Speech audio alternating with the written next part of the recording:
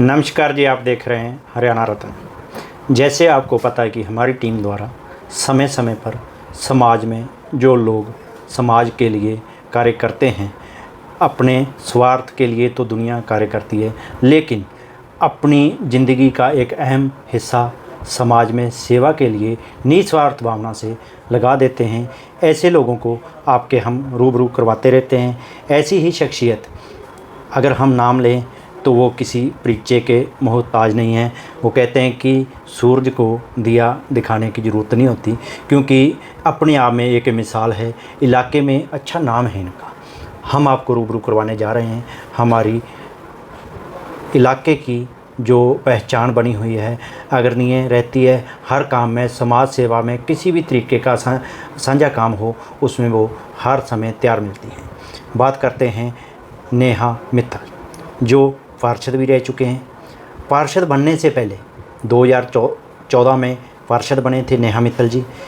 पार्षद बनने से पहले भी वो समाज सेवा से जुड़े हुए थे और उसके बाद भी सामाजिक कार्यों में बढ़ चढ़ के भाग लेते हैं। उनको किसी भी प्रकार का कोई स्वार्थ नहीं है, समाज सेवा के लिए वो अग्रणी रहते हैं। आज आपको रूबरू करवाने जा रहे हैं मैडम नेहा मित्तल जी से। नेहा जी, आपका स्वागत है हमारे स्टूडियो में। नमस्कार जगतार जी। हाँ जी, और हरियाणा रत्न जो आपका चैनल है उसका मैं धन्यवाद करती हूँ, जिन्होंने मुझे आज अपने साथ दर्शकों से रूबरू होने का मौका दिया जी। उसके लिए मैं आपका तहे दिल से शुक्रिया अदा करती हूँ। मैडम, अगर बात करें जी कि इतने पद हैं आपके पास समाज सेवा में, पार्षद रहते हुए इतनी आप जो समाज सेवा से जुड़े हुए काम हैं, लोगों के दिल में आपने इतनी अच्छी छवि छाप छोड़ रखी है। एमसी बनने से पहले भी और एमसी ना होते हुए भी आप कहीं भी 10 लोगों से बात की जाए समाज में तो लगभग 7 से 8 लोगों के ज़ुबान पे नेहा मित्तल का नाम आता है। क्या कारण है? ऐसे देखो, ये तो जनता का प्यार है जी, कि जो हमें मिल रहा है अभी तक, और बाकी हमारे तो नसों में बसा हुआ है कि समाज सेवा जी। हमारे जो माता पिता है उन्होंने भी यही सिखाया कि समाज के लिए अगर हम कुछ कर सकते हैं, भगवान ने इसलिए हमें कैपेबल बनाया है तो हमें वो करना चाहिए। तो मैं शुरू दिन से बचपन से ही मतलब समाज सेवा के फील्ड से जुड़ी हुई थी। जब छोटी थी तब मतलब स्कूल की टाइमिंग के बाद गरीब बच्चों को पढ़ाती थी जी। जैसे जो बच्चे फीस नहीं दे सकते थे, ट्यूशन्स की ज़रूरत होती थी तो उनको फ्री पढ़ाती थी जी। उस टाइम ये काम मैं कर सकती थी, या जैसे उनको डांस सिखाना, ये मेहंदी, पेंटिंग, इस तरीके की चीज़ें मैं उनको सिखाया करती थी। शादी होने के बाद मुझे लगा कि भी चलो अब हमें और टाइम फ्री मिल गया थोड़ा सा जी। और थोड़ा सा हम बड़े लेवल पे जाएं और ज़्यादा लोगों को अगर हम सहयोग कर पाते हैं तो वो अच्छा होगा। महिला सशक्तिकरण के लिए मैंने स्पेशली काम शुरू किया। उसके लिए हमने अपना खुद का NGO बनाया, जिसमें हमने सिलाई, ब्यूटी पार्लर और कंप्यूटर फ्री सिखाना शुरू किया। और जैसे कि आप देख रहे हैं कि समाज में आजकल महिलाओं के साथ कितना बुरा व्यवहार होता है या दुराचार होता है, तो उसको रोकने के लिए हमने महिलाओं को सशक्त करने के लिए सेल्फ डिफेंस की फ्री ट्रेनिंग हमने देनी शुरू की। उसके लिए हम टाइम टू टाइम अपने कैंप्स लगाते रहते हैं। बच्चियों को अपनी आत्मरक्षा करने के गुण आपने सिखाए फ्री ऑफ कॉस्ट, ताकि समाज में जो बच्चियों पे अत्याचार होते हैं, जो भी घटनाएं होती हैं, क्योंकि माहौल बहुत बिगड़ चुका है और नशे के कारण, बेरोजगारी के कारण जो बच्चियों के ऊपर अत्याचार होते हैं, और उन बच्चियों को अपनी आत्मरक्षा करने के लिए आपने जो सेल्फ डिफेंस की ट्रेनिंग फ्री ऑफ कॉस्ट दी जी। तो उसके बाद भी आपने कई ऐसे कदम उठाए जिसके कारण आज समाज में हर दूसरा तीसरा परिवार के नाम जो बात करते हैं तो उनकी ज़ुबान पे आपका नाम रहता है। देखो, हमारा मोटिव ये रहता है कि हम ज़्यादा से ज़्यादा लोगों का जो भलाई का काम है वो हम कर सकें, हम किसी के काम आ सकें। हम जैसे अगर हम स्वास्थ्य की दिशा में देखें तो हमने उसके लिए बहुत सारे मेडिकल कैंप्स हम अब तक लगा चुके हैं। पर्यावरण को सुरक्षित रखने के लिए हम लोग हर साल 500 से 600 पौधे हम वितरित करते हैं और लगाते हैं उनको, और उनकी देखभाल भी करते हैं। ये नहीं कि खाली उनको वितरित करके छोड़ दिया और उनका मतलब कुछ पौधे तो चलो फिर भी डेड हो जाते हैं, नहीं चल पाते, पर काफ़ी हद तक हमारे पौधे सर्वाइव भी करते हैं। क्योंकि जो हमारा पर्यावरण आज कितना ख़राब होता जा रहा है, ऑक्सीजन लेवल कम होता जा रहा है, जिसकी वजह से बीमारियाँ हो रही हैं। तो हमारा हर फील्ड में हम अपना काम कर रहे हैं। जैसे फ्री बुक्स देना बच्चों को, उनको दवाइयाँ दिलवाना। अब हम जैसे एक तीज का प्रोग्राम हम हमेशा लगभग हर साल आप मनाते हैं? हर साल हम करते हैं। इस साल हमारा किसी कारणवश नहीं हो पाया, बट हमारा हर साल वो रहता है। पिछले 15 से 20 सालों से हम उसको रेगुलर करते आ रहे हैं जी। तो उसके पीछे एक मोटिव होता है हमारा कि एक तो जो हमारी संस्कृति है जी। वो लुप्त होती जा रही है, कहीं ना कहीं उसको बचाना, अपनी विरासत को संभाल के रखना। जी, ताकि जो हमारे त्यौहार लुप्त होते जा रहे हैं उनको आज की जो आने वाली जनरेशन है जी। उनको जाने और उनको समझे और उनको माने वो भी आगे से, जी। तो वो हमारी प्रथा और हमारी संस्कृति चलती रहे। दूसरा ये है कि एक मंच मिलता है, जो पार्टिसिपेंट्स वहाँ पर पार्टिसिपेट करते हैं तो उनको अपनी प्रतिभा निखारने के लिए एक मंच मिलता है। हमारे ही मंच से एक आशी नाम की लड़की इंडियन आइडल के मंच तक पहुँची।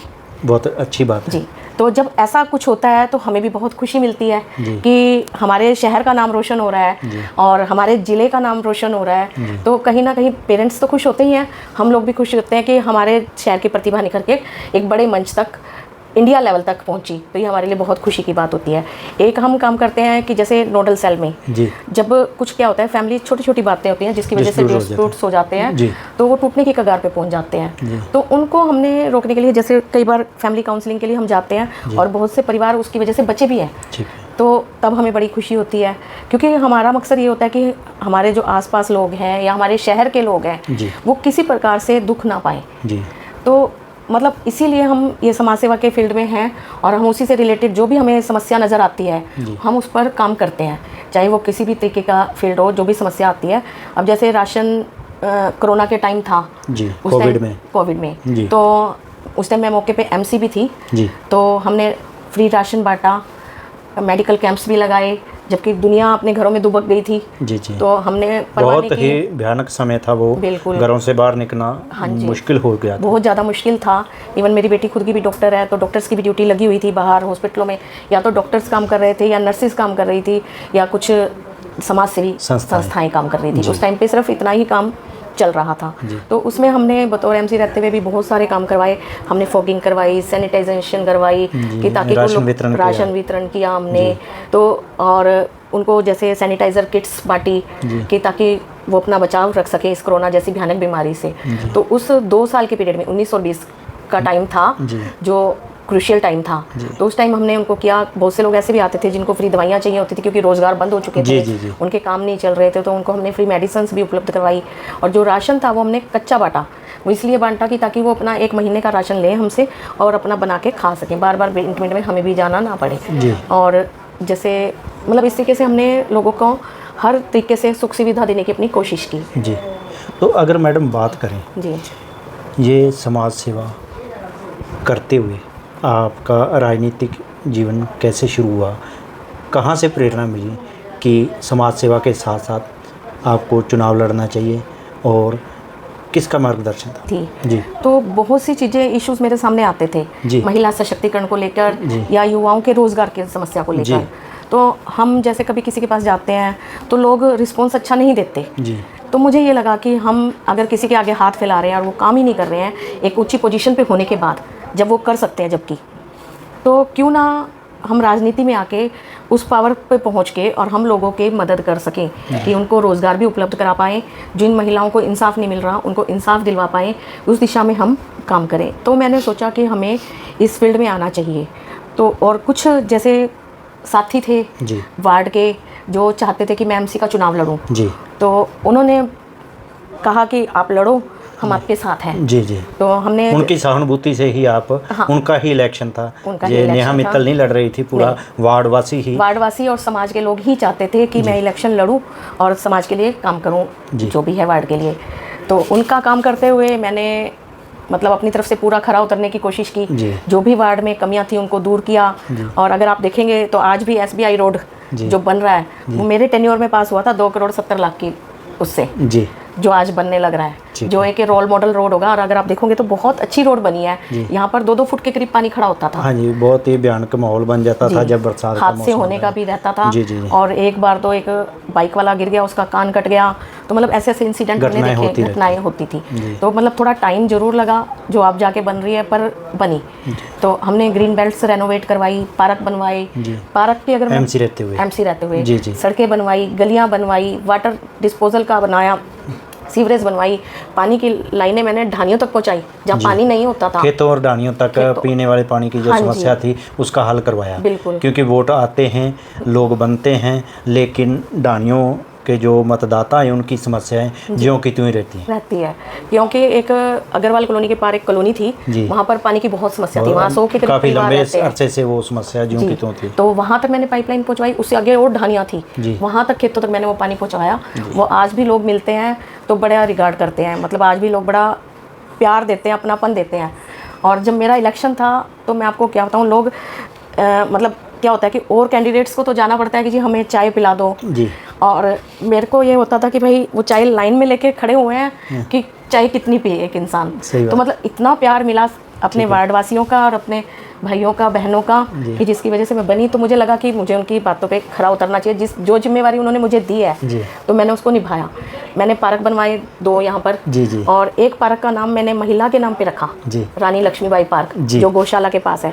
उसके लिए मुझे 2 साल का लंबा संघर्ष करना पड़ा, क्योंकि जो हमारा समाज है वो पुरुष प्रधान समाज है। तो उसमें क्या करते हैं कि सब चीज़ें आप अगर देखोगे पूरे अपने फतेहाबाद का, कि सभी पार्कों का नाम जेंट्स के नाम पे है, चाहे वो शहीद के नाम पे है, चाहे कैसे भी है, क्योंकि देखो कुछ डिग्निटीज तो हमारी लेडीज में भी हुई हैं। हाँ जी, बराबर की हिस्सेदारी है। हाँ, तो 30% के करीब सरकार भी दे रही है, अब तो 50% कर दिया है। जी। तो पर फिर हमारी महिलाएं भी किसी भी क्षेत्र में कम नहीं है।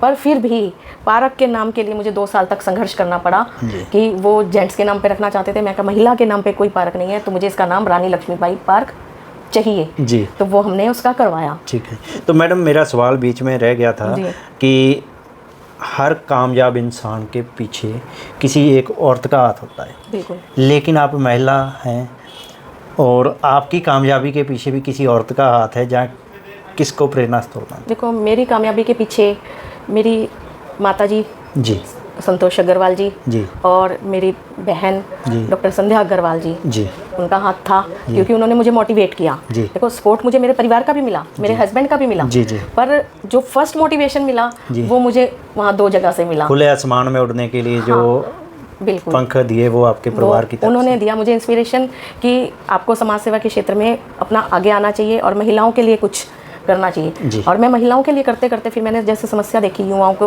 रोजगार की, तो मैं उस फील्ड में गई।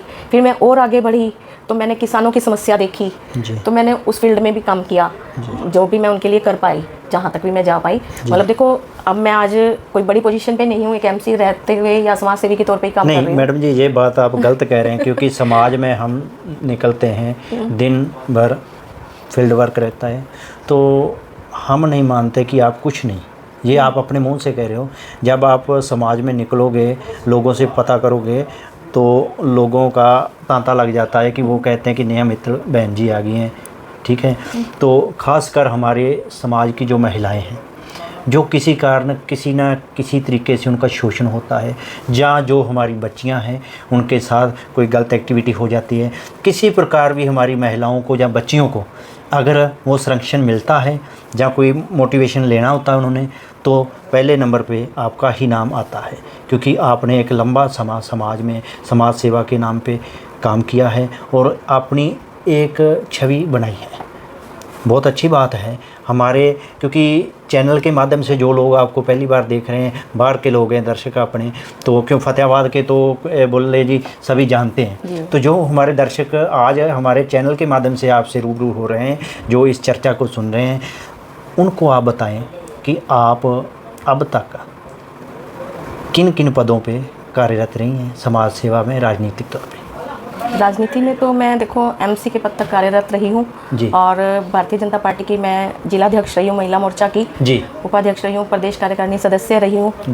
इन पदों पे मैंने राजनीतिक तौर पे काम किया। समाज सेवा की अगर मैं बात करूँ तो मैं राष्ट्रीय सामाजिक विकास मंच की समिति की राष्ट्रीय महासचिव रही, प्रदेश अध्यक्ष रही हूँ, और प्रदेश अध्यक्ष हूँ मैं अखिल भारतीय अग्रवाल परिचय सम्मेलन की। अखिल भारतीय अग्रवाल सम्मेलन की भी मैं प्रदेश अध्यक्ष रही, उसका मेरा टेन्योर पूरा हो चुका है।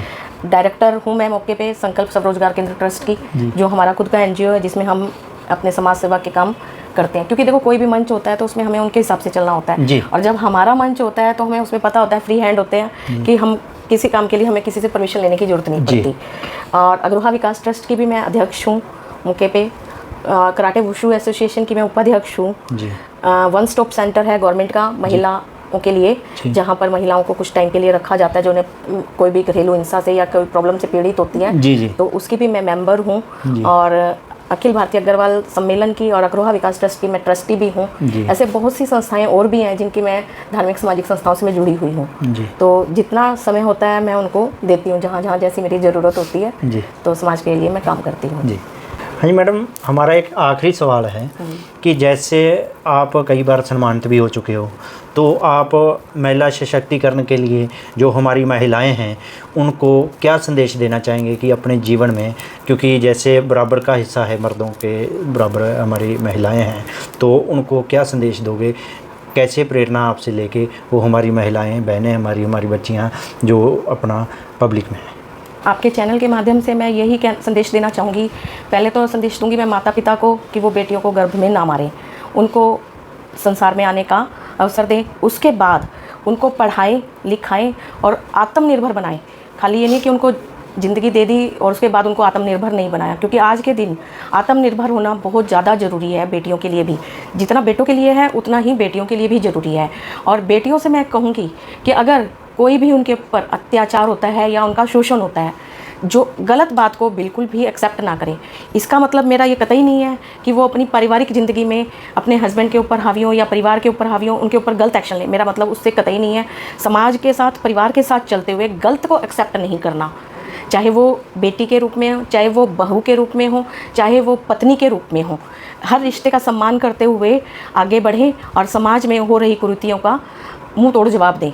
मतलब अपने जीवन में सबके साथ सहयोग के साथ चलते हुए कोई गलत कदम ना उठाएं और गलत को अप्रिशिएट ना करके उसके खिलाफ अपनी आवाज़ ज़रूर उठाएं। और कहूँगी कि बेटियों को खुले आसमान में उड़ने का मौका ज़रूर दें, क्योंकि बेटियां भी एक इंसान हैं, उनको भी अपना जीने का हक है। जितना लड़कों को जीने का हक है उतना ही बेटियों को जीने का हक है। बेटी एक कुल नहीं 2 कुल चलाती है, बेटा तो एक ही कुल चलाता है, बेटी 2 कुल चलाती है। वो मायके का भी मान रखती है और अपने ससुराल का भी मान रखती है। तो उस चीज़ को देखते हुए बेटियां डबल हकदार हैं सम्मान की, मैं मानती हूँ। ये थे हमारे बीच में नेहा मित्तल जी, जिन्होंने अपने जीवन के बारे में बताया, राजनीतिक सफ़र के बारे में बताया और समाज में क्या क्या घटनाएं घटित होती हैं और हमारी बेटियों और महिलाओं को क्या क्या करना चाहिए। ऐसे ही आपको आने वाले समय में ऐसी अच्छी शख्सियतों से रूबरू करवाते रहेंगे।